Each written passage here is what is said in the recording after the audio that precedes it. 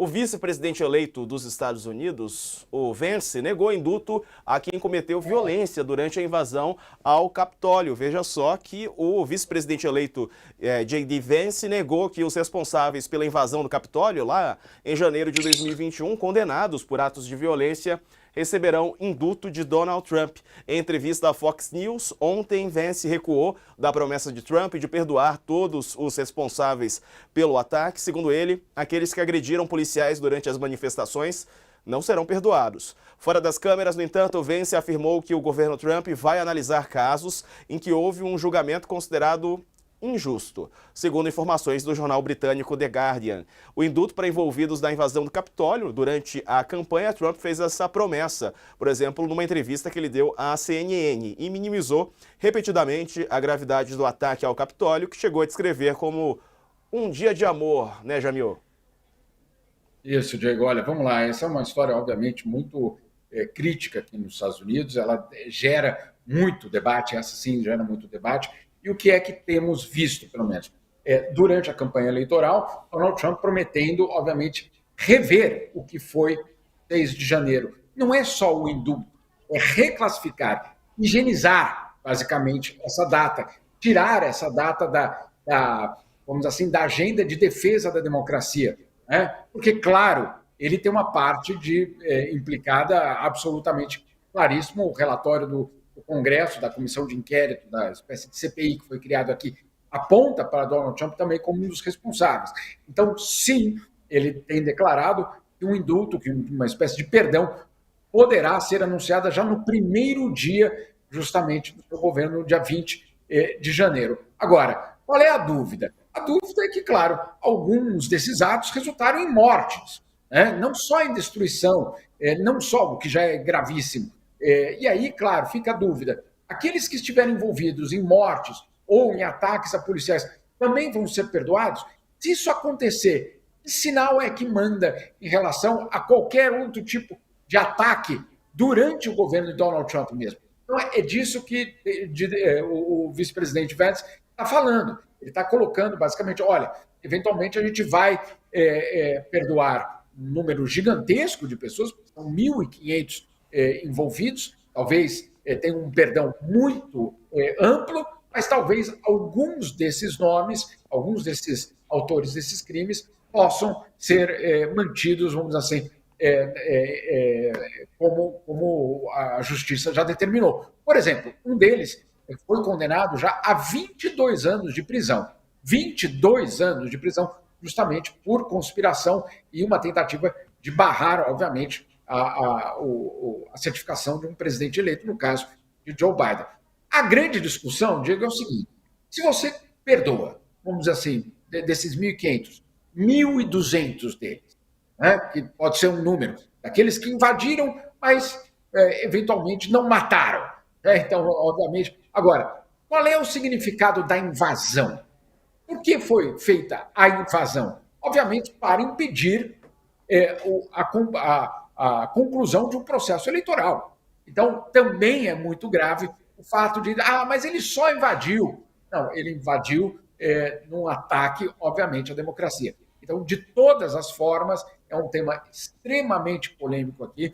Vamos aguardar o próprio governo Trump começar para entender se esse perdão, se esse indulto vai ser a todos, se esse indulto vai ser a uma parte, se só uma minoria, talvez 10, 20 pessoas vão continuar na cadeia e se o resto todo vai ser basicamente excluído. Só um detalhe que até escrevi sobre isso no fim de semana. Em Washington tem uma cadeia que obviamente é onde muitos desses invasores foram colocados. E nessa cadeia, basicamente numa rua que leva a essa cadeia, existe uma esquina que foi transformada no Freedom Corner, na esquina da liberdade, onde há uma vigília permanente dos parentes e amigos e, claro, da extrema-direita americana, dizendo que aqueles que estão lá dentro dessa prisão são prisioneiros políticos e, como disse o próprio Trump, reféns. Ele usou essa palavra para descrevê-los, reféns. Então, de todas as formas, mesmo que o indulto não seja para todos, obviamente ele vai ter um impacto muito grande, eventualmente, se, por exemplo, 1.000 pessoas forem alvo de algum tipo de perdão, e há, obviamente, uma tentativa de limpar essa data e colocar ela, obviamente, num outro patamar. É isso. Falando sobre a posse agora, Jamil. Jamil, Oi, Raquel, posso, desculpa, pode? posso Claro, só esclarecer um ponto com o Jamil? vai lá. Jamil, por que essa, vamos dizer assim, essa suavização que o Vance faz da promessa do Donald Trump, que não vai atender a todos, ela vem do Vance e não do próprio Trump, se teve algum motivo político para isso, e se algum membro da sociedade pode reagir, tipo, o judiciário poderia derrubar esse indulto, o Congresso ou não?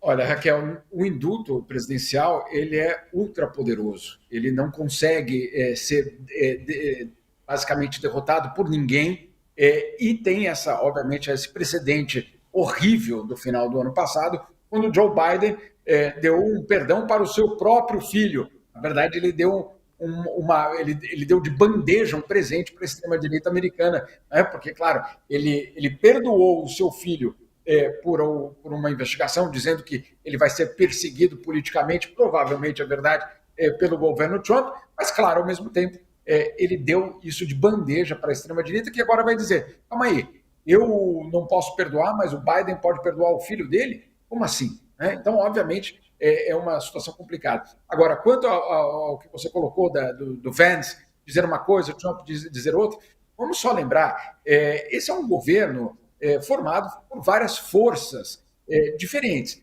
Tem bilionário, tem gente que quer livre comércio e não fechar as economias, né? Elon Musk quer negócios com a China, e aí você também tem aqueles que estão preocupados com eventuais processos, não processos por conta de reverter o indulto, mas, claro, transformar o primeiro ano do governo Trump em uma série de processos judiciais e casos e novelas judiciais que impediriam o governo, basicamente, de adotar a sua política.